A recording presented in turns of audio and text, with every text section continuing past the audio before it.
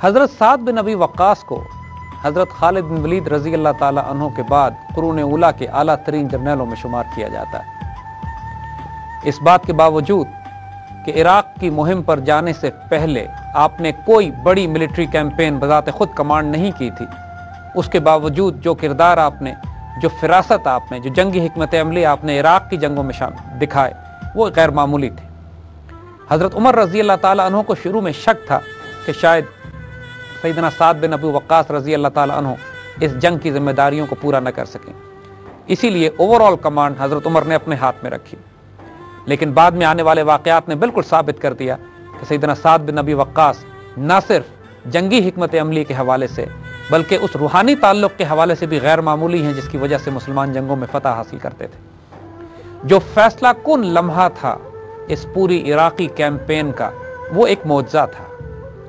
जैसे हमने अर्ज़ किया, ये वो मौका था कि जब साद बिन अबी वक्कास रज़ी अल्लाह ताला अन्हु अपनी तमाम फ़ौज के साथ दरिया में उतर जाते हैं, उस दरिया में जिसमें सैलाब चढ़ा हुआ था, और दरिया को हुक्म देते हैं कि मुसलमानों को कोई गज़न ना पहुंचे, और अल्लाह से दुआ करके अल्लाह के भरोसे पर, जिस पर ईरानी देवा आमदन कहकर राह फरार इख्तियार करते हैं। ये पूरी इराक़ी कैंपेन का एक कल्मिनेशन, एक फाइनल पॉइंट था। कादसिया की जंग में उससे पहले अपने से कई गुना ज्यादा बड़े दुश्मन को हरबी हिकमत अमली पे भी शिकस्त दी जा चुकी थी। ये शिकस्त जो मदाइन पे दी गई, ये रूहानी कुव्वतों से दी गई, जंग की ही नहीं गई। यहाँ पर दुश्मन ने राह फरार इख्तियार की उस ऐसे मोज़े को देखकर जो उनकी अक्लें मानने को तैयार नहीं थी, लेकिन आंखें होता हुआ देख रही थी। ये वो डायमेंशन है जिसका हम बार बार जिक्र करते हैं, इसलिए कि अगर इस डायमेंशन को निकाल दिया जाए, इस रूहानी पहलू को निकाल दिया जाए, फिर कुरून उला की कोई जंग ना समझी जा सकती है, ना उसके तासीर को देखा जा सकता है, ना आने वाले वाक़यात में उनकी झलक देखी जा सकती है। ये अक्ली बुनियादों पर ना तय होने वाले वाक़यात हैं, ना अक्ली बुनियादों पर ये मार के लड़े गए।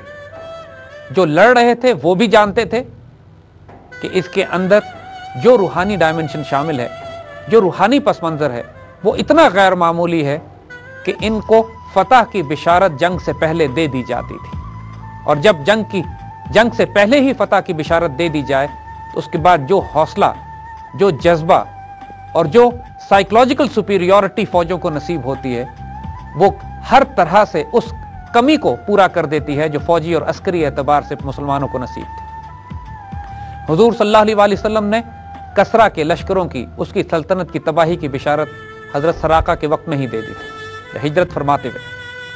उसके बाद हजरत साद बिन अबी वक्कास रजी अल्लाह ताला अन्हु को आपने रजल सौलह की बिशारत भी दी। ये भी बिशारत दी कि इनके हाथों अल्लाह ताला मुसलमानों को फतह नसीब कराएगा, और उनको मुस्तजीब दावत भी करार दिया। हजरत साद की दुआ भी कबूल होती थी।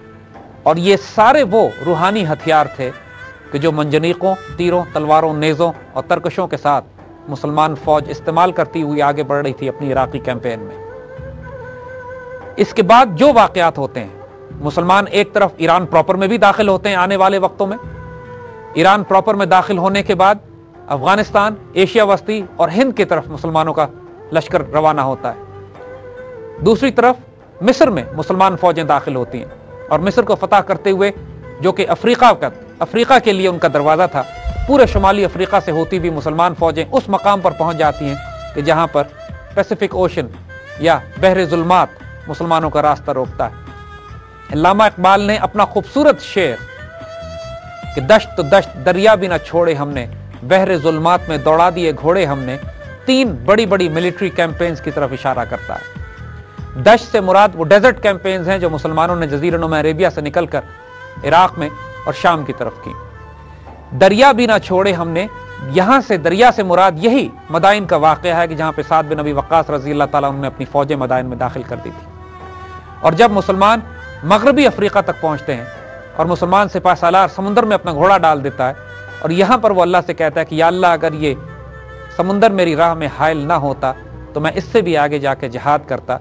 इस पैसिफिक ओशन को, इस वाक़े को अल्लामा इकबाल दश्त तो दश्त दरिया भी ना छोड़े हमने, बहरे जुल्मात में दौड़ा दिए घोड़े हमने से तशबीह देते हैं।